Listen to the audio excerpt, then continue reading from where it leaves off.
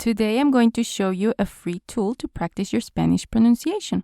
If you have a Gmail account, you already have Google Docs. If you don't have a Gmail account, it's very easy to set up one and it's free. So we're going to open Google Docs.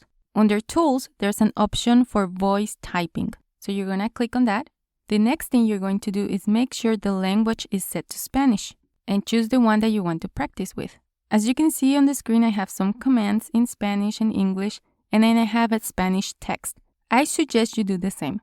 The Spanish text is going to be helpful because you're going to be reading from it, and then the system, the program, is going to write it. If you say it correctly, it will match the text that you already have there. Let's practice a little bit. You just have to click on the microphone and it's going to start recording. Hoy el clima está frío. Punto. El cielo está nublado y no hay sol. Punto.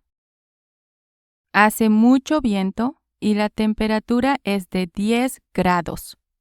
Punto. Muchas personas usan chaquetas y bufandas. Punto. Parece que va a llover más tarde. Punto. So here's the text that I just called out. Let me go ahead and turn that off. So here's the text. Just make sure you turn it off when you're done speaking. Now you can compare what the system understood with the text you had chosen, and it looks exactly the same. So this is a great way for you to practice your pronunciation. Now the commands that I have here, comma is coma, coma. Period, punto, punto. Just make sure you add that N in there. Question mark, signo de interrogación. Signo de interrogación. Exclamation mark, signo de exclamación. Signo de exclamación. You don't have to add punctuation, but I think it makes it look a little bit better. To start a new paragraph, you could say nuevo párrafo. Nuevo párrafo.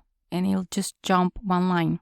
You can also use this to practice common sentences, common questions, anything in Spanish. Hola, ¿cómo estás?